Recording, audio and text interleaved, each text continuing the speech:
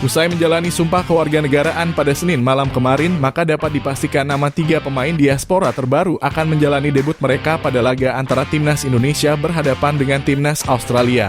Tentu ini menjadi kabar yang menggembirakan mengingat semakin baiknya kedalaman skuad yang dimiliki oleh skuad Garuda. Hadirnya nama Joey Palupes dan James dan juga Emil Audero diharapkan dapat menjadi angin segar dan membawa permainan dari skuad Garuda ke level yang lebih tinggi. Terlebih nama Emil Audero yang sejak dahulu selalu menjadi perbincangan sepak bola tanah air. Dengan kedatangan deretan daftar nama pemain terbaru, tentu Patrick Kluivert akan semakin optimis untuk bisa menampilkan permainan terbaik mereka pada laga penentuan peringkat 2 klasemen di tanggal 20 Maret yang akan datang. Patrick Kluivert sendiri sampai saat ini juga berambisi untuk bisa membawa Timnas Indonesia senior lolos ke putaran final Piala Dunia 2026. Maka akan sangat ditunggu oleh para penggemar sepak bola tanah air janji dari sang pelatih anyar tersebut. Oleh karenanya berikut ini merupakan kedalaman skuad yang akan dimiliki oleh Patrick Kluivert dan tim pelatih pada laga antara Timnas Indonesia berhadapan dengan Timnas Australia di putaran ketiga kualifikasi Piala Dunia 2026 zona Asia. Dengan hadirnya daftar nama pemain baru, maka sudah dapat dipastikan Timnas Indonesia akan bermain dengan 4 pemain belakang, 3 pemain gelandang, dan 3 pemain penyerang. Dengan posisi kiper utama akan diisi oleh Martin Paes dari FC Dallas. Penampilan Martin Paes yang sudah sangat konsisten sejak awal kehadirannya bersama Timnas Indonesia kini tidak dapat lagi diperdebatkan. Tanpa ada sosok dari sang pemain, sudah tentu skuad Garuda tidak akan bisa melaju sejauh ini di putaran ketiga kualifikasi Piala Dunia. Kiper terbaik di Liga Amerika tersebut dipastikan akan menjadi kekuatan utama yang diturunkan oleh skuad kepelatihan pada laga melawan Timnas Australia yang akan datang. Ketenangan yang dirinya miliki serta komunikasi yang sangat baik dengan lini belakang akan memberikan keuntungan bagi Timnas Indonesia senior untuk bisa menjaga garis pertahanan dari serangan yang berpotensi menembus jaring gawang skuad Garuda. Dan pastinya dengan hadirnya pesaing baru seperti Emil Audero, Martin Paes akan bekerja lebih keras untuk bisa selalu menjadi kiper utama Timnas Indonesia. Sementara untuk opsi pemain pengganti dari Martin Paes, nama Emil Audero secara resmi akan menggantikan peran dari sang pemain. Hadirnya Emil Audero akhirnya terjadi di Timnas Indonesia senior setelah penantian lebih dari 5 tahun sejak program naturalisasi pemain keturunan pertama di era Coach Sintayong. Hadirnya Emil Audero yang merupakan kiper dengan jam terbang tinggi dan pengalaman di Liga Italia sudah tentu mengisyaratkan keseriusan dari seluruh lapisan federasi untuk bisa lolos ke putaran final Piala Dunia 2026. Emil merupakan sosok kiper yang memiliki ketenangan dan dapat menjadi salah satu opsi seimbang untuk menggantikan sosok Martin Paes. Persaingan antara keduanya akan sangat memberikan keuntungan bagi performa posisi penjaga gawang Timnas Indonesia pada setiap sisa pertandingan yang akan datang. Selanjutnya pada 2 opsi pemain bertahan tengah, nama Jay Itzes dan juga Mads Hilgers pastinya akan menjadi opsi utama dari Patrick Kluivert di dalam setiap pertandingan. Jay Itzes yang saat ini namanya mulai dikenal di Liga Italia. Tentu menjadi pertimbangan dari sang pelatih mengingat kualitas dari sang pemain yang telah memenuhi syarat untuk masuk ke dalam skuad utama. Selain itu, Jay Itzes juga merupakan sosok kapten utama Timnas Indonesia sejak masa kepelatihan Coach Sintayong dan pastinya juga akan tetap mempertahankan jabatannya tersebut untuk bisa mengelola para pemain di dalam lapangan. Peran dari Jay Itzes pastinya akan sangat berguna dan berdampak signifikan bagi pertahanan skuad Garuda pada 2 pertandingan yang akan datang. Sedangkan Mads Hilgers juga akan masuk sebagai opsi utama dari tim pelatih untuk diturunkan sejak menit awal pertandingan. Di samping nilai harga pasarnya yang kini menjadi nilai harga pasar tertinggi di Timnas Indonesia. Mads juga merupakan pemain asal FC Twente yang telah mengerti cara bermain dari Patrick Kluivert saat awal masa kepelatihannya. Memasukkan nama Mads juga akan sangat berguna bagi Timnas Indonesia dalam posisi bertahan maupun menyerang. Pemain muda yang satu ini memiliki kemampuan melakukan pemotongan serangan dengan bersih dan dapat membantu tim untuk membuat skema penyerangan dari area pertahanan. Sementara itu, untuk opsi pemain pengganti dari kedua nama pemain ini, nama Jordi Amat dan Rizky Ridho kemungkinan besar akan masuk sebagai pemain pelapis atau bahkan juga memiliki kesempatan untuk tampil sejak menit awal pertandingan. Jordi Amat sampai saat ini merupakan salah satu nama pemain di Timnas Indonesia senior yang memiliki kemampuan yang sangat baik dalam membangun serangan. Perannya dapat menjadi salah satu yang terpenting mengingat skuad Garuda akan memainkan bola dari kaki ke kaki. Dan Jordi Amat dapat memainkan peran tersebut dengan baik sebab jam terbangnya yang sudah tinggi di level pertandingan internasional. Sedangkan nama Rizky Ridho akan menjadi satu-satunya nama pemain lokal yang memiliki kesempatan untuk memperebutkan posisi utamanya di dalam 11 pemain utama. Dengan kualitas yang saat ini dirinya miliki, tentu Rizky Ridho memiliki kesempatan untuk tampil dan menunjukkan kelayakannya bersama dengan Patrick Kluivert. Selanjutnya pada posisi bek kanan, nama Kevin Dix sudah tentu dipastikan akan mengamankan posisinya. Usai hanya tampil dalam 40 menit pada pertandingan debutnya melawan timnas Jepang, Kevin Dix terpaksa harus ditarik dan tidak dapat mengikuti pertandingan berikutnya akibat cedera yang cukup parah. Namun dengan kondisinya yang saat ini sudah kembali prima, maka sang pemain dapat dipastikan 100% mengisi posisi sayap kanan pertahanan. Peran dari sang pemain yang kini berkarir di Liga Denmark tersebut terbilang sangatlah krusial bersama timnas Indonesia. Bahkan hanya dalam waktu 40 menit, sang pemain telah menunjukkan kualitasnya yang dibuktikan dari para pemain Jepang yang frustasi sebab tidak bisa menembus pertahanan dari skuad Garuda.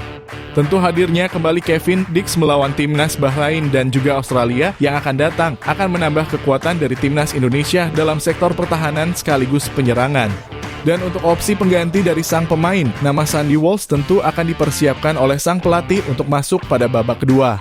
Meskipun kualitasnya tidak dapat disetarakan dengan Kevin Dix, namun dari segi permainan, Sandy Walsh akan sangat menguntungkan bagi skuad Garuda dengan masuknya sang pemain pada babak kedua. Sandy Walsh saat ini cenderung bermain sangat ofensif dan dapat seketika berada pada area lawan dan membantu skema penyerangan yang coba dibangun oleh para pemain gelandang.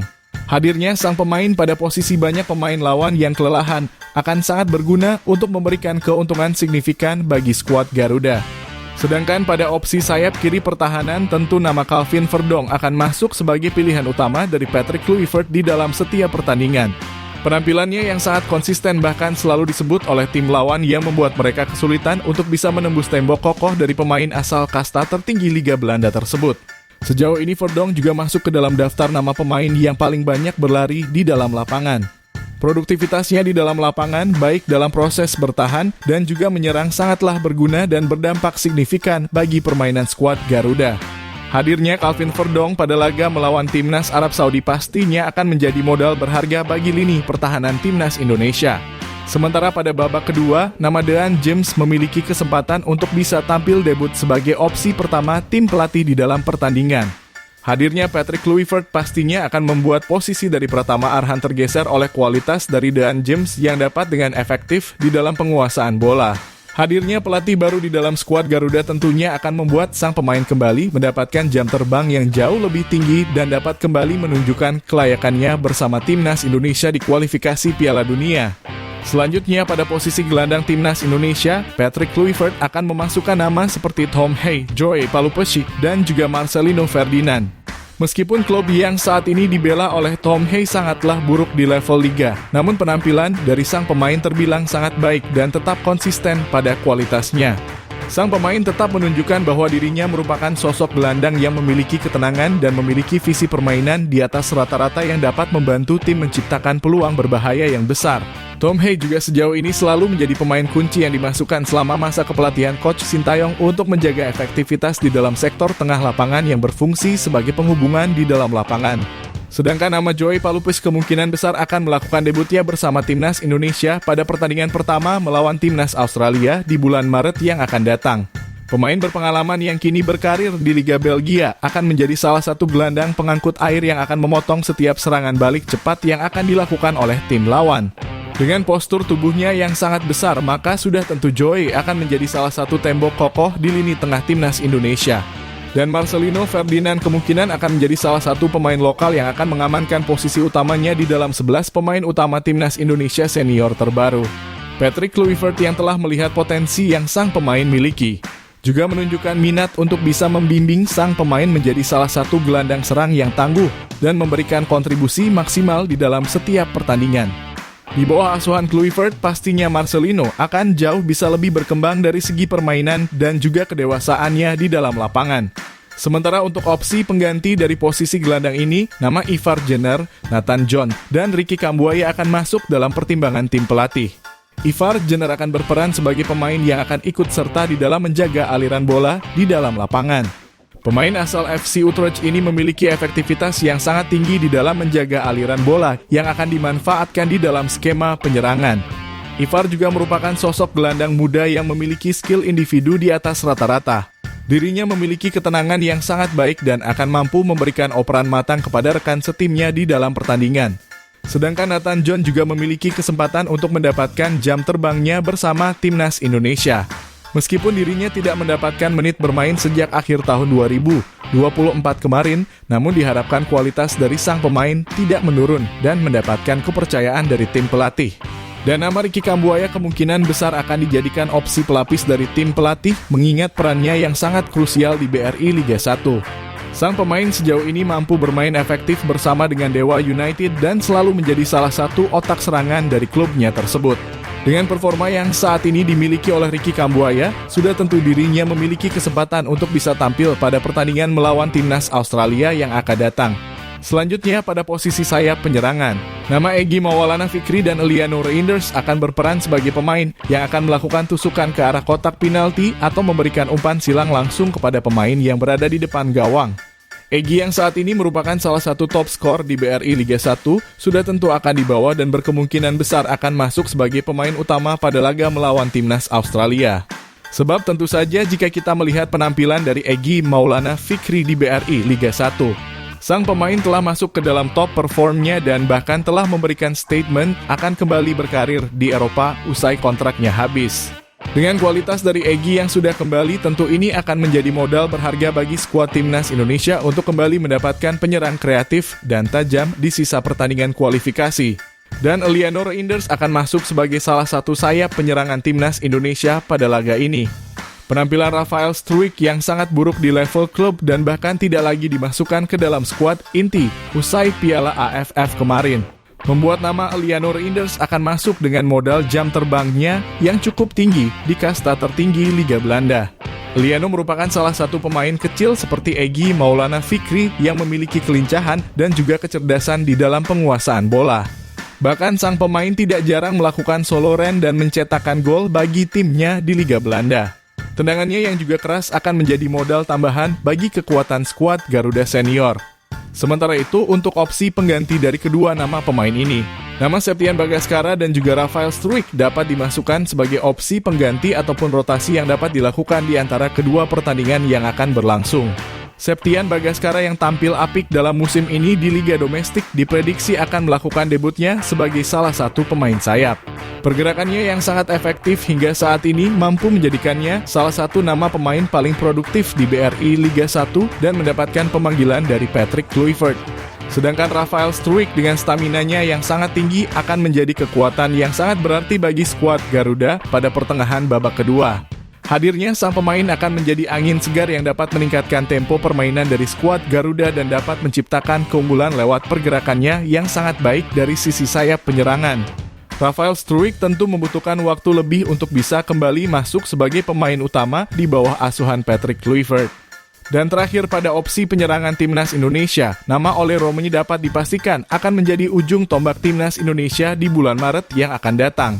Performanya yang sangat baik di kasta tertinggi Liga Belanda menunjukkan sang pemain memiliki kualitas yang sangat baik untuk menjadi salah satu senjata utama timnas Indonesia di dalam pertandingan yang akan datang. Sang pemain saat ini juga terbilang sangat produktif bersama klubnya dan telah menjadi pemain yang reguler masuk sebagai pemain utama di setiap pekan. Ole Romeni diharapkan dapat menjadi jawaban dari krisis produktivitas gol yang sejauh ini masih menjadi pekerjaan rumah yang tidak terselesaikan bagi Coach Sintayong dan tim kepelatihan. Sedangkan untuk opsi pengganti dari posisi ini sudah tentu Ramadhan Sananta diharapkan dapat mendapatkan menit bermain lebih di era kepelatihan Patrick Kluivert. Dirinya merupakan sosok striker murni yang dapat melakukan tendangan keras dan sejauh ini telah memperlihatkan peningkatan dari segi permainan. Hadirnya Ramadhan Sananta menggantikan Ole Romeni akan menjadi perpaduan yang sangat baik untuk bisa menjaga tempo permainan dan intensitas yang terjadi di dalam lapangan pertandingan. Itulah tadi merupakan kedalaman skuad yang akan dimiliki oleh Patrick Kluivert dan tim pelatih pada laga antara timnas Indonesia berhadapan dengan timnas Australia di putaran ketiga kualifikasi Piala Dunia 2026 zona Asia. Jangan lupa tulis pendapat kalian di kolom komentar.